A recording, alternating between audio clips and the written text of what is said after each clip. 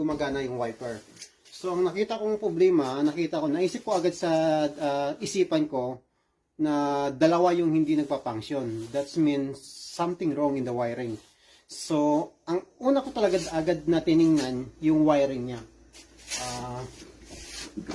Ito yung wiring niya kasi guys.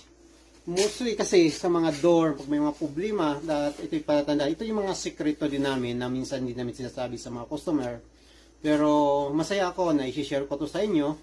Pag ang sasakyan nyo ay nagkakaroon ng problema kunyari sa isang door na 2 or more function na hindi gumagana, that's mean may problema yung wiring.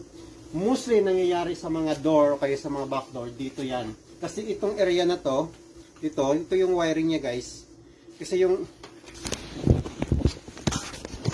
area na to guys, yan, yung area na to,